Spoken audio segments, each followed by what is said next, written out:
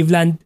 From Donovan Mitchell hanggang bench players like DeAndre Hunter at Ty Jerome, bawat isa ready mag-step up.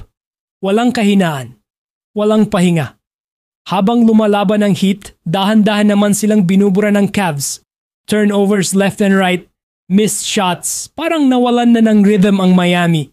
Kahit anong ayos ng depensa nila, may sagot ang Cleveland. Makikita mo sa galaw nila, hindi sila satisfied. Kahit leading na, todo hustle pa rin. Every possession, parang championship point. Ganun ka-determined ang Cavaliers ngayong playoffs. At sa kasaysayan ng NBA playoffs, bihira ang ganito kalaking lamang. 55 points, isa sa pinakamalalaking tambak sa postseason history. Grabe ang dominance na pinakita ng Cavs. Habang ang Cavs fans nagdidiwang, ang mga Heat supporters maagang nag-uwian. Sa loob ng Kaseya Center, ramdam mo ang